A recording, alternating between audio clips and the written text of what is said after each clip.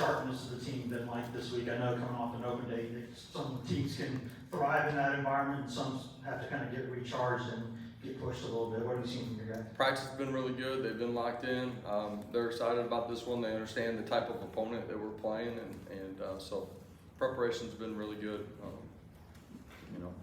For us, just the timing of the bye week, I think, came at the right time for us where we were at. So it's been good.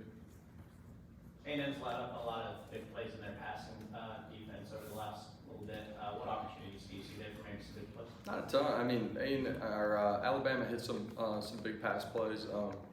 In this football game, the line of scrimmage is going to be critical, and people get caught up in, from their defensive perspective, the amount of sacks, and that is true. But they've been really good against the run too, and so all of those things have played off of each other, and they forced teams into a bunch of third and longs. So line of scrimmage is going to be critical. Maintain some form of balance in this one, and then out on the perimeter, you got to go make plays, one-on-one situations. So all those pieces got to come together.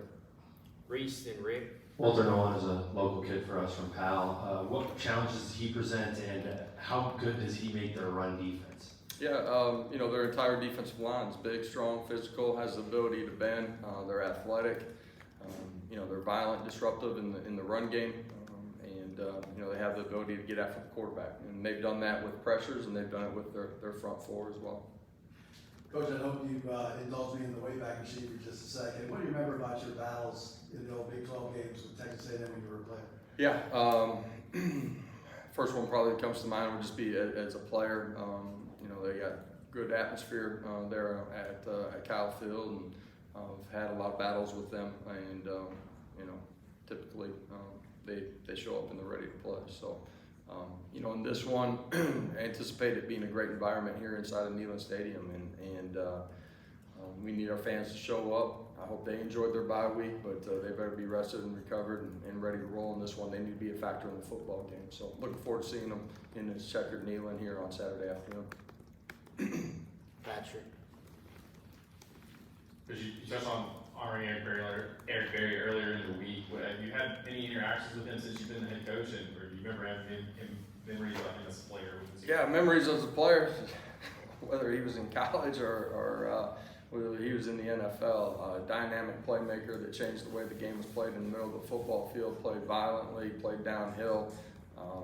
Just one of the best to ever play the position. I feel that way in college, but also at the next level. Haven't had a bunch of opportunities to have a lot of interactions with him. I'm really excited to get a chance to spend some time with him here on Friday. He'll be with us tomorrow and certainly on game day too. Mike in Austin. Do you still anticipate having D'Amico and Dante back out there? Yeah, guys that have been nicked up have all had good work. We typically wait until Friday or pregame warm-ups to make a final determination from our medical staff and the player himself. So, but anticipate those guys being ready to roll. And you talk about Eric, but getting his dad James who played here and his brothers, Evan and Elliott back as well. How big is it just to have that whole family here for the weekend to honor him, but overall just have him back on the program? People that have had a huge impact and are a huge, footprint on this program, and left it better than where they found it as they came through here, and are great legacies inside of this program. So, for Eric, his whole family to be here, to have a chance to reconnect with this current program, this current staff, I think is huge. And again, he's one of the best that's ever done it, and for us to have an opportunity to celebrate that is huge. Reese. I know you said you're going to need all guys to step up in that outside receiver spot without Brew, but who have you seen kind of take a huge step forward over the past couple weeks of practice? Yeah, I think you just answered the question for me. I appreciate you doing that. Listen, Chaz, Caleb, Dante being back, all of those guys have stepped up and done a really nice job. And anticipate all those guys playing at a really high level.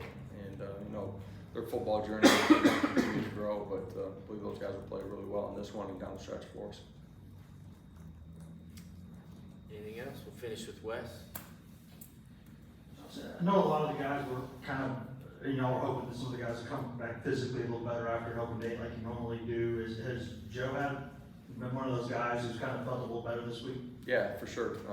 Joe's been tough and weathered through every nick and bump that he's had throughout the course of the season. The bye week was good timing for him too. All right, appreciate it, everybody. Have a great day. Thank you. See y'all.